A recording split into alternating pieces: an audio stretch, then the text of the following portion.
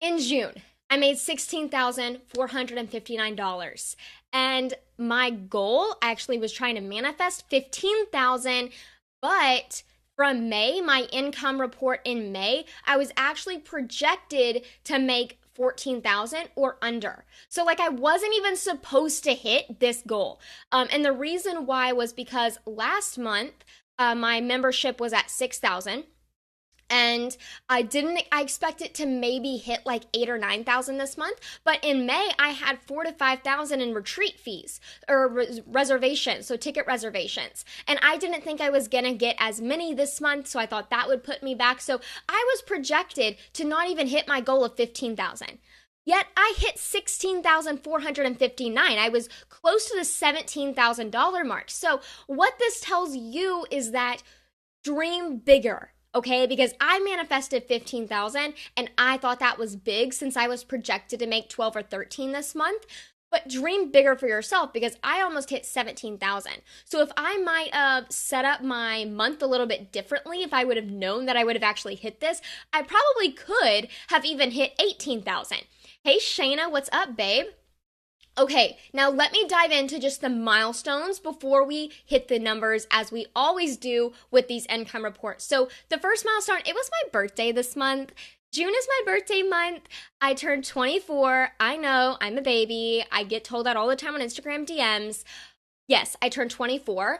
It was when my 2 feet hit the ground that morning, Friday morning. I just got back. I think I just got back from Austin. Hey, Adrian. I just got back from Austin retreat, got back at 2 in the morning. It was a little bit crazy. I woke up and I was so ready to work. Like I had my day filled from 9 a.m. to 2, or not to 2 p.m. to 6 p.m. just full of market research calls. So like my birthday was going to be crazy, full of all these calls, and my internet went out. So it completely put a kink in all my plans, and I just realized, and I was already stressed out because I'm like, I'm 24. I have not hit my goals. I am not where I want to be in life. My goals, I'm a little bit crazy. I wanted to be a New York Times bestselling author by the time I was 25. Okay, but I wasn't setting myself up for that, first of all. Like, what the crap are you thinking? Because I just quit my job 3 months ago. Like, how am I supposed to be a New York Times bestselling author when I was scared to quit my job because I didn't want to be at home alone working? Like, come on, Haley, right? So if we have big goals, like we have to take way bigger action. That's like a little tidbit that I figured out. But moral of the story, my birthday ended up being great because having the internet go down was actually a really great kink in my plan because I drove to the Apple store, which is like an hour and a half away. I bought myself an iPad Pro, my business birthday present. My business is really nice to me. My boss just lets me get all these great presents. No, but for real, I got an iPad Pro because I wanted to spoil myself and I wanted to I'm doing a lot more coaching, one-on-one coaching now. And so I wanted to make a note-taking on those coaching calls easier. So I got that for myself, and it was a great reminder of, okay, I don't have to be go, go, go all the time. It's okay to just take a step back, and it's okay if the internet goes down. Like, let's go with the flow. Like, I need to be better at going with the flow. You guys know I'm a really big planner, but what I learned on my birthday was I kind of need to take a step back and have fun with it. Like, if something doesn't go my way, it's totally fine. Just make the best of it. And I got an iPad Pro out of the situation, so like I'm not hurting too bad. I cannot complain. Also, I had a business retreat in Austin, which is where I wanted to spend a lot of the time talking to you guys because, wow, I learned so much. And I not only learned so much, but I learned a lot about myself. And it was emotionally exhausting, to be honest. It was very emotionally exhausting. I swear, one of the nights I cried for 3 straight hours. It was that emotional. But it's so needed because what I've learned is, I'm up-leveling myself. I've hit this 6-figure mark in my business, right? And I'm going to hit $1 million mark next June. That's my goal. And I'm already ahead of track from that goal. So it's really great. But if I want to hit that $1 million mark, what do I have to do? I have to, one, slow down. Got to stop being this energizer bunny of myself. And 2, I need to work on self-development. I need to work on being a better leader for my team, which I constantly am, and it's really tough, but I'm trying to do that. I'm trying to eat healthier. This whole 30 thing that I'm doing this month is really freaking hard, which I'm going to talk about later. But that's been, I can see how it ties to my business. So, like, that's what I've learned. If I want to get to that $1 million mark, I have to slow down and I have to treat myself a lot better than I am right now. Like, I have to learn how to love myself, because if I don't love myself, that's going to feed into my confidence, which is going to feed into my business, feed into my sales, my team, like all of that trickles down, and you're the CEO of your business, right? You are the CEO, so you have to take care of yourself because you're the core of your business. Okay, so let's go back to Austin. Okay, so I created a 5-page Google Doc of my $1 million plan. And my $1 million plan paralyzed me. I came back from the Austin retreat with this $1 million plan in hand. I was so confident, I was excited, and then I get home, I do all my market research on Friday, and I just shut down. Like, I had this physical reaction, and I literally sat on the couch all weekend. I watched New Girl. I don't know, I guess I fell in this like mini depression. It was really strange. And I think it's whenever we're up leveling ourselves, I know a lot of us entrepreneurs experience this, so I'm going to share and be vulnerable here. But I think whenever we're trying to up level ourselves, it gets really scary. And so our body immediately goes, it like shies away from it. And we think, oh no, it's safe over here, Haley. We're in the comfort zone right now. Why are you going to try to be better? Like, why are you trying to get out of our little box that we've created for ourselves? We know what the box brings, right? So why are we trying to step out of our little comfort zone we've created for ourselves? It is tough. And so I had a physical reaction to this $1 million plan that I had. I was very overwhelmed. My body shut down. I binged on Netflix, which, by the way, Netflix for me, I have a very addictive personality. Like, alcohol's fine. I don't really do drugs, so I don't know about that. But Netflix and video games, I swear, it is insane. I cannot watch Netflix for more than maybe 10 minutes. Otherwise, I will sit at the TV. I don't know why I couldn't think of the word TV. I will sit at the TV for hours and days. Like, I will not turn it off. I have a very addictive personality like that. So I sat there and I was like, great. I have this $1 million plan. I'm stuck on the couch watching Netflix. I know myself. I'm not getting up off this couch. I'm stuck in one of these moods, right? And then thankfully I have friends, so get good friends that know this about yourself. Like, I have really fantastic friends that got me out of it. They don't allow me to sit for more than 24 hours, and they text me, they call me, they voice message me encouraging things, which is so great. I so need that. And whenever I woke up on Monday, I was ready. Like, I hit the ground running. I broke my $1 million plan into phases because I knew that would help me in my mind. So I have everything in phases, and now I'm working on phase 1. And now I'm already ahead of schedule. And, things can turn around. It's all about mindset. For me, I let myself sink into that a little bit, like feel my feelings. I think we very much go into waves, like entrepreneurship is definitely a big roller coaster where either like we have super high highs or super low lows. This past weekend was definitely a super low low, and it wasn't even for a crappy reason. Like, it was for a reason that I was just scared. I was scared of up leveling, and I don't know. Okay. Let's keep on moving on. So that was that. And then I decided to start Whole30, which, oh my gosh, guys. If you don't know, my relationship with food sucks really bad. I view food as like a competition. So when I was growing up, food, like, I was encouraged to eat 15 rolls at once. Like, it was how many rolls can you eat? You like stuff them in your face, and like that was a good thing, and everyone clapped for you, and it was like a competition. Me, I'm a very competitive person. You put food in front of me, I view it as I can beat you. It's really weird. I've been working on a lot of mindset issues around this. Food also equals love for me, which is very, very dangerous. So whenever I go with my family, if they feed me and you don't eat it, you don't love them. Like, that's what it symbolizes. So if someone feeds me, like, you have to eat it. Otherwise, you don't love them, which is so not true, right? So I have to get over that mind block. And then also, food's been this warm blanket that I've just carried, because I have all this sadness inside of me. I think a lot of us do. And business is a way to escape that sadness for me. I know I'm getting really vulnerable, but these income reports are really vulnerable because I want you to see behind the scenes of my business. Because I think a lot of you can relate to this, and I get this in the DMs. So I hope this is not making you uncomfortable. But food has definitely been like a warm blanket. And I know, again, going back to that $1 million mark, if I want to hit that $1 million mark, what do I have to do? Take care of myself. And I'm not taking care of myself by stuffing my face with cheese sticks, with stuffed crust pizza, with cookie dough, with all these things that are making me feel like crap, that are making me I'm really angry throughout the day because all of the different foods or I'm tired, I don't have any energy, right? And so I started Whole30. And you might not think, oh, this is such a highlight in June, but it really has been for me. Because that decision of starting that lifestyle was not just, oh, I'm eating different food now. Like it was, I have decided that me, Haley, I am actually going to love myself.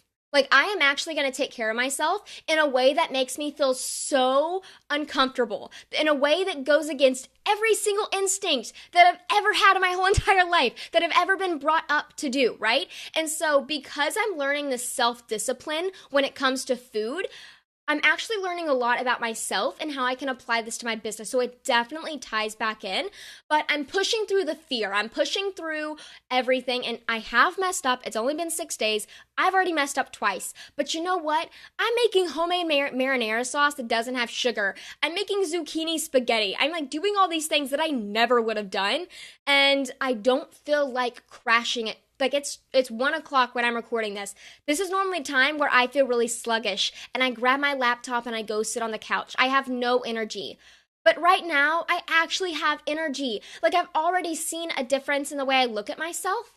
But I think if you're an entrepreneur and you look in the mirror and you don't smile, there's a problem.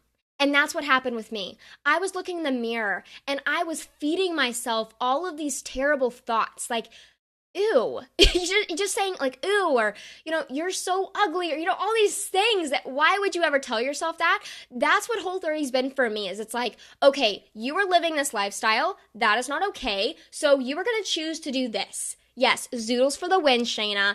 Zoodles has changed my life.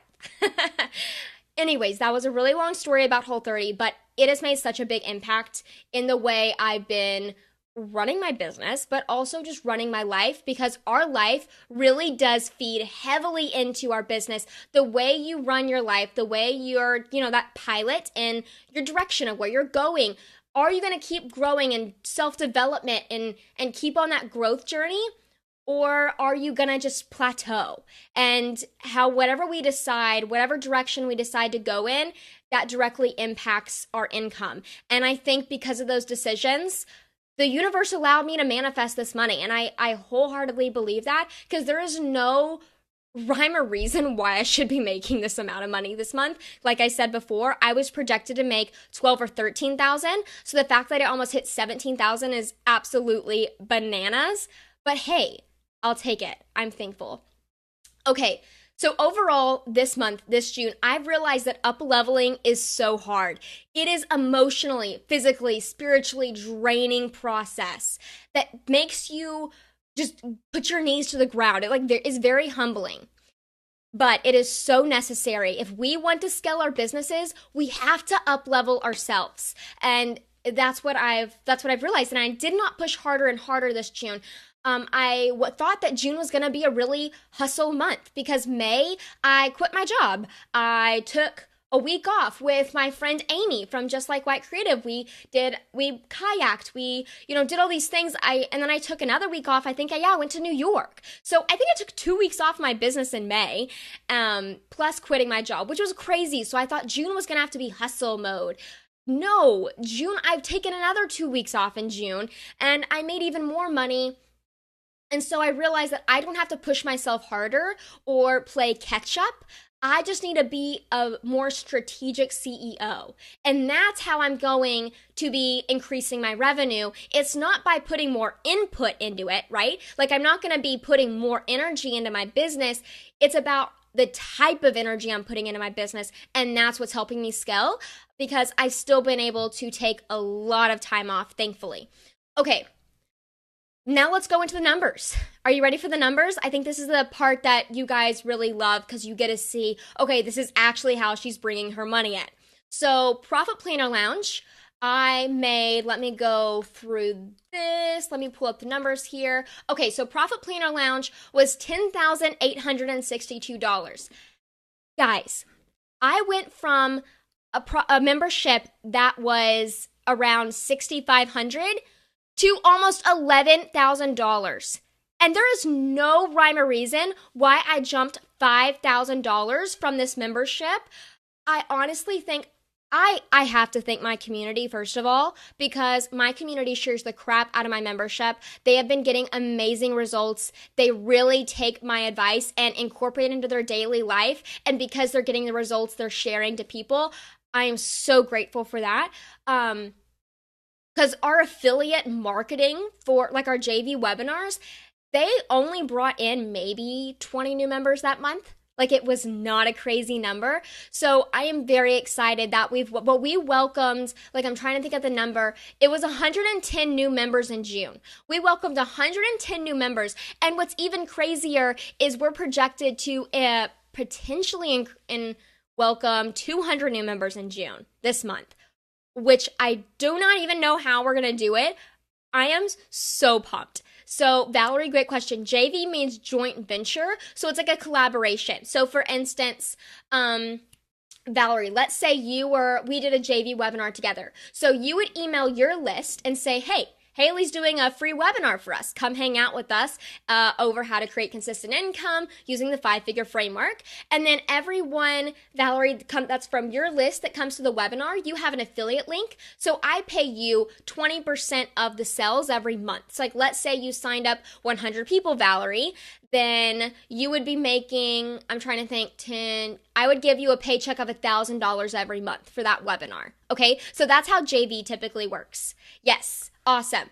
Okay, so the Profit Planner Retreat brought in $1,650. So we made a few more sales for the retreat, which the price does increase by $100 starting July 15th. So if you do have any questions about the Profit Planner Retreat in Nashville, please let me know. Just DM me on Instagram and I will answer any questions. I'll go over all the details with you on Instagram. That'd be a lot easier. So Asana for the Entrepreneur brought in $389. I have one-on-one coaching, which brought in $1,700. I had a random payout from Teachable. I have those. People just find I think I'm ranked on Google or something for my Teachable because I've just left it there. But I got $346 from that. $208 from my ConvertKit affiliate. $204 from my Kajabi affiliate. And Profit Planner Accelerator, I had one call, so $500, and I had my profit calls for $600, and all of that equals $16,459. So that's how my income all plays out. So I do have, let's see, 1, 2, 3, 4, 5, 6, 7, 8, 9. So I have 9 income streams here. Some of them are very, very, very low maintenance though. These are not very high maintenance income streams like profit calls and Profit Accelerator. So profit calls are just hour-long calls that I do with Profit Planner Lounge members. We go over a lot of one-on-one stuff. Profit Accelerator is intensive that I do. So it's about a 2-hour call. We do a lot of prep work beforehand, but very low maintenance. Affiliates, very low maintenance. Teachable was very low maintenance. I literally did nothing. And then coaching is a little bit more high maintenance. Asana for the Entrepreneur. Those are all passive sales. I do not pitch Asana for the Entrepreneur. People pitch it for me all the time in Facebook groups. And also I have like one funnel leading to it from Pinterest. And I have no idea how it's actually converting, but it is. So hallelujah. And then the retreat right now, I'm just making sure that we're actually hitting our numbers for the retreat because I want... my goal is to get 60 to 70 women at the retreat, and we are already at 25% of our goal right now. I am so pumped for that. And then the Profit Planner Lounge, that's the most high maintenance income source I have, but it's also the income source that gives me energy to do all these other things. If I didn't have the membership is just the core of my business, and I'm so, so thankful for that. So that is how that works. Now, I did hire 2 new people this month. So I hired a new bookkeeper, Frances. I absolutely love her. And I did hire my designer, Alicia, on retainer this month. So I used to not have Alicia on retainer because I kept telling her, Alicia, I don't know if I have enough design work for you, girl, but whenever I do, I'll let you know. And then all of a sudden, I had tons of design work. I emailed her and I was like, okay, put me on retainer, let's do this. And so I got on retainer, and then it was almost as if I had like 5 times the amount of design work for her as soon as I signed the contract. It's funny how that works, right? But yeah, Alicia is now on retainer, and I have Crystal and Caitlin. I am hiring 2 more people this month in July, so I will have a team of 6 very, very soon, which means it's going to be a little bit crazy pants behind the scenes, but I am very, very excited for the crazy pants season and getting my team all situated. Okay, so let me go through like with what I pay for my team. My podcast, Pinterest, Instagram manager, $315. Crystal, customer support manager. A lot of you inside the lounge know Crystal. I paid her $698. My designer, $225. My bookkeeper, $350. Now, affiliates, I paid out $440 in affiliates. And then I also got a new iMac because my other iMac wouldn't even run Adobe. So I got an iMac for about $2,000. I got a new iPad Pro for $900, which was my business birthday present. And I did pay for EverWebinar, $500. I'm just going to go through these, sorry, real quick. I know this is a list, but I want you guys to see what all I did. I did pay $708 for travel, $10 for an app, social curator, $25, active campaign, $170, a little bit behind the scenes of active campaign. So I recommend ConvertKit or Kajabi for your email marketing. A lot of you, where you're at, that's all you need. Yeah, because that's going to give you those automated sales funnels. Active campaign is for like the super high-end advance if you want to integrate it with some Facebook ad marketing campaign, all of these crazy high-tech things. And that's where I'm at because I'm about to hire someone to run it for me.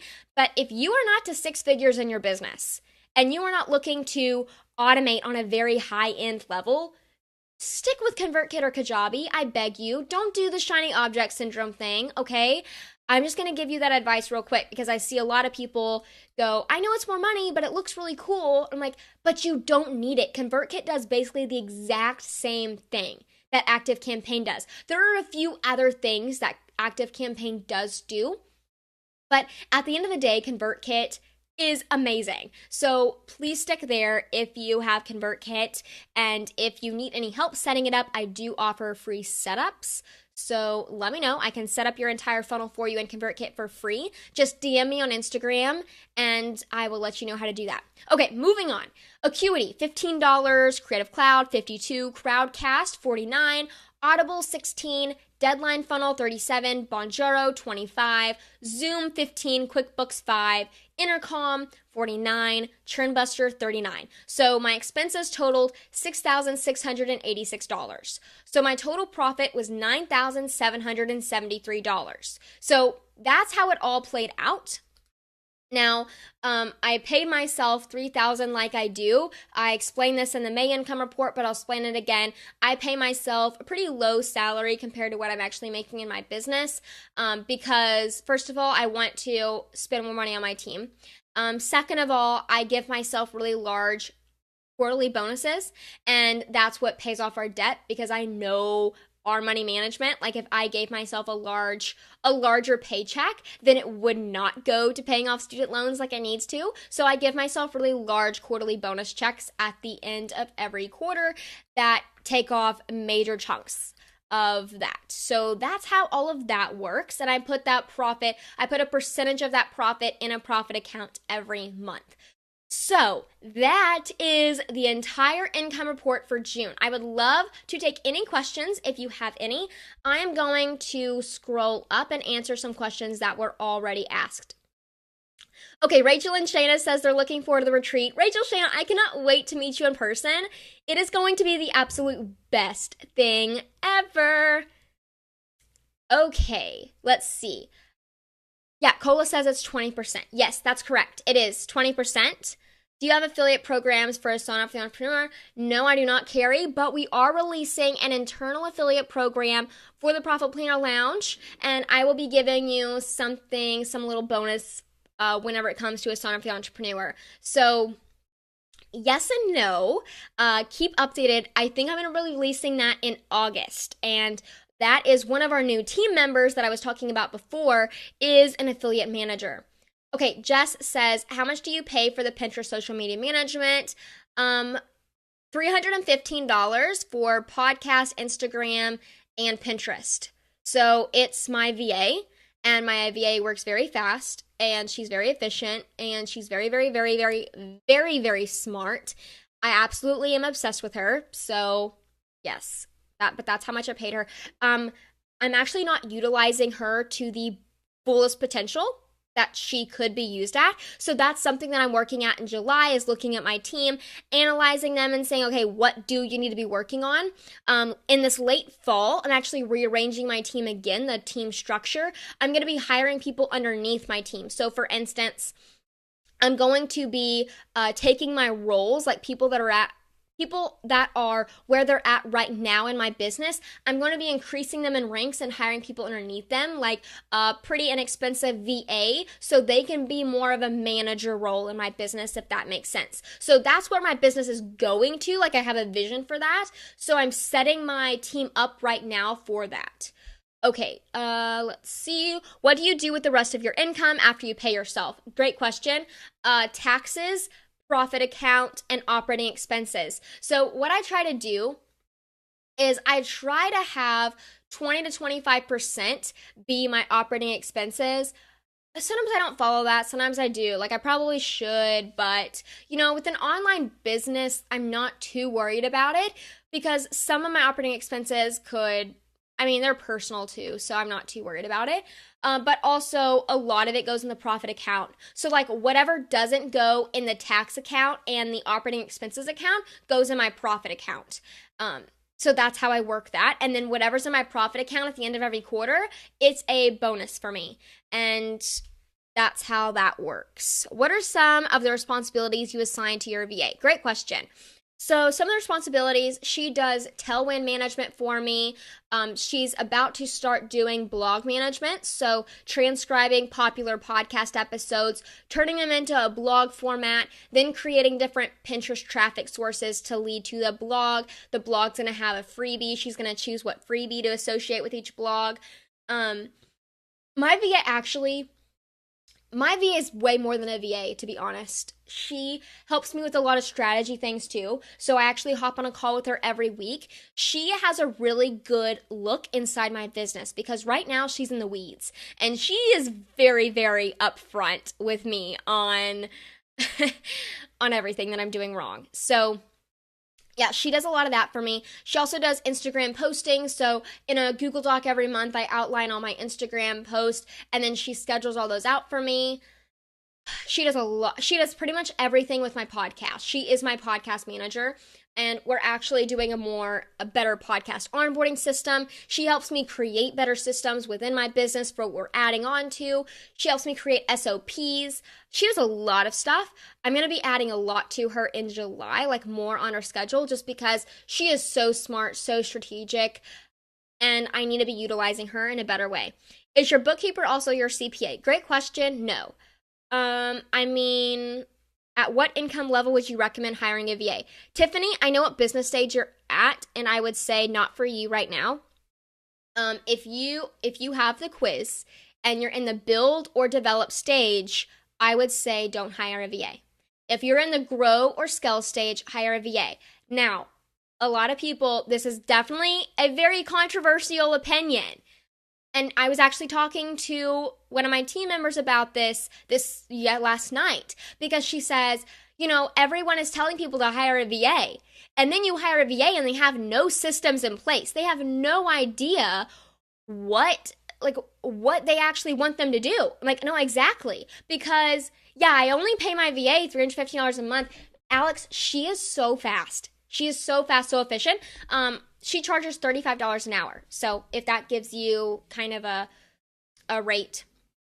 So, do you pay for things like the retreat and iPad? Yes, exactly, Sarah, because the iPad is strictly used for business and the retreat is business expense. So, last month, if you look at my income report from May, I put a down payment on the retreat center. Let's see, it was like crazy amount.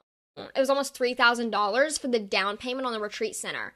So, yeah, all of that comes from operating expenses. And I actually spent 2,200 more this month. So I was a spender. Okay, let's see. Oh, income level. Yeah, let me go back to that question because I think at the build and develop stage, if you've taken the business stage quiz, then you know this. If you're at the build or develop, you need to be investing in tools that automate your income. Okay, not a VA. If you can't even automate and make sales, you don't need to be hiring people, period.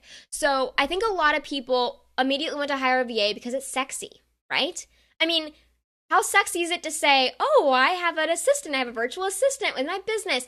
But hear me out here, okay? Because if you, instead of spending, let's say $200 a month on your VA for, let's say, inbox management, right? Why don't you just learn, if you're in the Profit Planner Lounge, why don't you just invest in a training that lets you automate your inbox and filters all those emails for you? And then that's completely free. You've automated your inbox and you don't have to hire a VA yet. Or you use a tool like Dubsado where you can get 50% off using the code Profit Planner. If you use a tool like Dubsado, you can automate your entire client management onboarding process completely instead of hiring a VA to manage all your clients for you. So there are so many better options out there than hiring a VA when you're at that beginning stage, right? So Tiffany says it's not as much sexies. I feel like I'm doing everything. I have hope I'll get to the growth phase soon. Okay, Tiffany, yes. I think instead of actually doing everything, you need to just simplify. Right now, Tiffany, I think you're throwing spaghetti at the wall. And throwing spaghetti at the wall can be a great thing, but you can't keep throwing spaghetti. Like, we're going to have to take the spaghetti off the wall, okay? So, Tiffany, what I'd recommend you to do is go to that wall, take a few pieces of the spaghetti that you've thrown, and throw them in the trash. Simplify your business, okay? You don't have to do everything. I would turn this camera around, but I can't right now because I don't want to mess up my whole setup that I have here. But behind me, I have a post-it note system to where I literally go, I wish I had these notes by me right now, and I'm looking at my desk and I actually don't have them. So we're just going to have to do a separate podcast episode about this, right? Actually, I'll go live in the Profit Planner Lounge about my post-it note system, Tiffany, because I think this is going to help you a lot. But what you need to do, Tiffany, you need to break your business into stages, or phases, I mean. So my phase is free community, and then I put a phase down is free content. So both of those stages, that their audience stage is things that they don't have to opt in for. The next stage is things they do have to opt in for. So free opt-ins, like my Profit Planner or my Profitable Boss Roadmap, stuff like that. And then my next stage is free opt-in that sells, like a sales generator. So that's like a webinar, right? Or a challenge that's going to generate sales, but it's free, but it generates sales. Opt-ins are free. They don't generate sales. They lead to the sales generator. Does that make sense? I hope this is making sense. And then your next step is your low price product. The next step is your high price product. So for you, Tiffany, you need one community source. What is that going to be? Your Facebook group, your Instagram stories, like what is that going to be for you? Your next step is going to be your content. What is that going to be for you? Your Facebook live streams, like what is that? And then you need a freebie, which for you, I know we talked about your messaging and working backwards. So work backwards on that one. And then your sales generator, I think for you, if you want coaching, that's going to be on getting on calls with them and converting them. And then from there, you're going to upsell them with your course or downsell them with your course, however that works. But simplify your business. I think a lot of people at the build and develop stage of business, let's face it, we had a little bit of a squirrel brain syndrome going on, okay? We need to simplify. Okay, actually, this is a better way of explaining it. I'm going to back up here. Imagine you have several buckets. So right now, Tiffany and Shayna and Carrie, you are one energy source, right? You only have so much energy for the day. Okay, let's say that Carrie, you have 20 pounds of energy. Okay. This is a bad example, but we're just gonna go with it. Carrie has 20 pounds of energy for the day. She only gets 20 pounds, and that has to last her the entire day. Well, if Carrie has 2 buckets, then she gets 10 pounds of energy for each bucket, right? That's awesome. That's what we want. Okay, but now let's say that Carrie let squirrel brain syndrome come over her. And she hears on this podcast that a Facebook Live strategy is a really good idea. And Instagram stories, you have to be on that. And you have to start an IGTV channel like today, otherwise you're way behind, right? Like all this stuff, squirrel brain syndrome. Well, now Carrie now have expanded her bucket to 6 buckets. Well, now that 20 pounds of energy that Carrie has, it's split up into whatever 20 divided by 6 is, which I'm going to calculate right now. 3. So now, instead of having 10 pounds per bucket, Carrie only has 3 pounds per bucket. And let's face it, I'm pretty sure each bucket only has 2 pounds because all that extra energy was probably spilled in between each of the buckets as it was going down because of context switching, right? So by the end of the day, Carrie's not going to have a lot of energy for each bucket. And that is the way builders and developers are running their business. And that is why they do not see growth. And that is why you need a profit plan to eliminate all those tasks from your schedule. That is the only way to grow. Hiring a VA is not going to help you grow at the build and develop stage of business. Automating and eliminating is what's going to help you grow. You have to get comfortable making sales. You have to get comfortable having systems, automating your business. I mean, anyways, I'm not going to go off on that tangent, but I really hope that helped you. Okay, Carrie says you may not need a VA on a regular basis, outsource on a... Yeah, exactly, Carrie, exactly. So that's actually a really good point. And I think that a lot of people, when they do hire VAs, they need to have systems in place, and they need to know why they need that VA. Like, how is that VA going to help you grow? And Carrie's actually a VA, which is, because Carrie does one-off projects as well. But guys, if you can't even automate and your own income source, how do you expect to have a VA? Like, you have to have these things together. And a lot of entrepreneurs don't because it does not come natural. Like, it's not your fault. This is not an instinct thing. This does not come natural at all. Okay, Ronea says, where do you go to find a VA? Such a great question. I would say referrals, but if you do need a VA, Carrie's actually watching this live stream right now. Carrie is your girl. She's really great. I absolutely love her. She's in the Profit Planner Lounge, and I know you are too. So you should probably connect and just get on a call with her if you want to have a VA. I know that was just like hooking you guys up, but for real though, referrals are great. I have tried to hire VAs off of different websites and stuff. That has never worked out well for me. I've always hired within too. So within my community, such as the Profit Planner Lounge, I always hire within there. Or if a really good friend's worked with them and they have great things to say about them, then I hire them. But I do have to say, I was not the best at hiring a year ago. But now, like, I'm looking at my team now, and I am obsessed with every team member I have. And I do have to say, I'm paying them a lot more than I did pay my people a year ago. Like, I wasn't paying my people a year ago near the amount that I am now. And even the amount that I'm paying them now, like, my customer support is $700 a month. Like, that's not that much, like, when you think about it, considering everything. But I'm also not utilizing her to her full potential. There's a lot that goes into team management, right? So anyways, I think that's really good to keep that in mind. Now, before I wrap up this income report, do you guys have any more questions for me that you'd like me to cover or talk about before I end this podcast episode? I would love to answer anything else that you guys have. Okay, Tiffany says, is that info more on the vertical episode or the business automation thing in the Profit Planner Lounge? Okay, I have no idea what you're talking about. Is that info more on the vertical episode? Okay. Yeah, I'm not sure exactly what info you're talking about, Tiffany. If you would expand, that would be amazing. Sorry. Okay, let's see. Let me look at some other things. Let me make sure I've answered all these questions. Hello, we have some really cool people joining, guys. Thanks for watching. Okay, looks like we don't have any questions. If you guys do have any more questions, though, buckets. Buckets. That totally makes sense.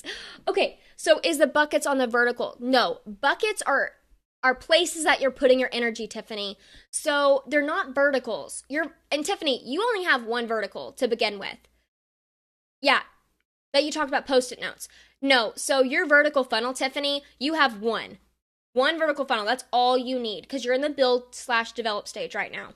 So what I'm talking about there is different stages of your audience journey with you. Let's put it like that. So let's say the stages of your audience journey is free plus community. Your next stage is free plus content. Your next stage is free plus opt-in. Your next stage is free plus sales generator, aka webinar. Your next stage is low price product. Your next stage is upsell high price product. So you can obviously tweak that however you want, but those are my stages that I have on post-it notes up on my wall right now. Those are stages of your audience journey. Tiffany, that is all one funnel. Okay, as I've expanded and I'm going to $1 million business, I now have 3 funnels leading down to it, but even that is probably a little too much for me. But I'm actually just doing a lot of like data testing right now for cold ads, which is why I'm creating a different funnel to see which headlines convert the best and all that kind of stuff. I'm just doing a lot of testing right now. But with this, you literally need to just have one community source, one content source, one freebie, one product. And then I know you do coaching. That's all you need. Where can we find those stages? Jonah. Okay, I just said them. But I am going to go live about that inside the Profit Planner Lounge and actually show this post-it note method that I did at the retreat in Austin. So if you are in the Profit Planner Lounge, then you will get an exclusive Facebook Live all about that. And then maybe I can go ahead and help you create these post-it notes as well for you. Actually, Raina just hopped on and she's the one that did this post-it note method with me as well. So yeah, this was Post-its. Yes, Post-its. It has been so amazing, guys. Just looking at my business from a Post-it note standpoint, I do love my profit plan. This is basically my profit plan, let's be honest. If you have looked inside my business automation plan program inside Profit Planner Lounge, this is very similar. This is exactly what we do. It's just in post-it note form, and I love that my post-it notes actually are on my wall. Like I see, okay, my people come from Instagram stories, they go to IGTV, they go to my free webinar, they go to Profit Planner Lounge, then they go to the retreat. They hire me for one-on-one coaching. You know, they do all this stuff, right? So actually they don't hire me for one-on-one coaching because I don't offer that for a lot of people, and it opens up very rarely. But okay, yeah, I can't wait to see your post-it note system. Yeah, I'll go live about that today if that works. So I will definitely do that. Raina says, and what needs to go? Ooh, yes, yes, yes. Yes. Okay, so we actually call our mastermind the slashers because we literally slash everything in our business. Like, it was so much fun. And what Raina's saying is that everything's on the chopping block. So for instance, right now, my free community sources are my Facebook group and my Instagram stories. Okay, so that's those are my 2 free community sources, but those are on the chopping blocks. Everything that is a post-it note is on the chopping block. Raina says slashing with love. Yes, slashing with love. Guys, my Instagram stories aren't going away. I saw a lot of sad faces there. Don't worry. I will still be posting on Instagram stories. I could never not post on Instagram stories because that is honestly one of my favorite things that I do in my business. And all of your DMs make my day so much better. So I will not be getting rid of that. But it is on the chopping block. Like, I actually evaluate my business automation plan and my profit plan every 3 months. And I think you should do the same with your business. So like, when do you chop? Great question, Tiffany. And maybe Raina has a Raina says, don't leave Instagram. I won't leave Instagram, I pinky promise, unless Instagram ends up sucking next year, but I don't think it will. I think it's just going to keep getting better and better. But that's where all my audience is. I mean, like, I have over 15,000 followers on Instagram, so I don't want to go anywhere. But yeah, everything does have to be on the chopping block, and I think as a CEO, we have to take the emotion out of these things. So like, if my Facebook group has really sucking engagement because of some new thing or whatever, and it's actually not converting for me, and I'm paying my team to manage this and it's not giving me a good ROI, it has to go. Like, I can't be emotional about it, you know? Like, I'm going to have to create a community elsewhere. Like, where are those people going to go? And anyways, that is something to consider. But Tiffany says, when do you chop? Great question. What I do is I evaluate this every month lightly. So, like in my monthly recurring routine, I always look at my business automation plan and I make tweaks every single month. And then what I do every quarter is I like involve this in my profit planning. Like, this is major in my profit planning is I will go through and take post-it notes off or add post-it notes. So with Raina, like Raina was at the retreat, and this is what we did in Austin, is she stripped a lot of stuff. And Jordan did as well. She actually is rebuilding. So for me, I was actually adding post-it notes like the weirdo I am. While everyone else was taking post-it notes off, I'm like, ooh, let's do this and this and this. But I have so many great ideas that are coming your way. I cannot tell you them yet, but just get excited because it's about to be great. And I'm hiring a custom illustrator for some really, really cool projects that we're doing inside the lounge, and I'm also making them public. Oh, so pumped, so pumped. But if you're in the lounge, get really excited because things are about to get really awesome. I'm looking at my post-it notes now. Yeah, I'm adding 2 more funnels, but what's great is you can see how your audience goes from the very beginning to the very end. Like, how are they actually going from, oh, I actually kind of like this girl, I guess I'm going to follow her, to I'm obsessed, I am paying her all the money that I have right now in my bank account. Like, that's what you want to do. And so that's what the post-it note system does. Yes, but you're defending each one. Get excited. Yes, I am defending each one, and you should be too. Defend each part of your business. So Tiffany, I would go into the, look at my Facebook Live today, and then I would like you to create your own post-it note system and defend each thing that you have going on.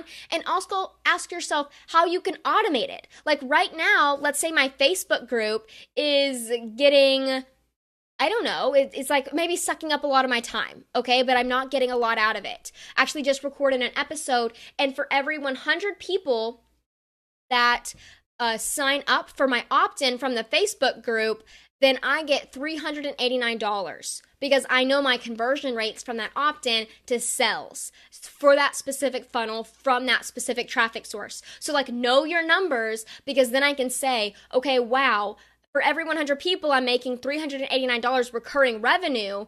What if that went down to $200 recurring revenue, but I was paying my team more, like I was having a negative ROI, not a positive ROI on my Facebook group? Well, then that's going to have to be defended. Can I automate that to where my team can be working on other things? Like, this is the data that you need to do in order to scale your business. Otherwise, you're going to plateau, you're going to be mediocre, and that's no fun. Okay, Carrie, you're going Trello. Nope, we're not going over to Trello, Carrie. Raina says, girl, you can make your post-it board in Asana. Yes, you can. We are not Trello people over here. I know we have some Trello people. I'm not dissing Trello. Although Asana is like a million times better. But I know you already know that.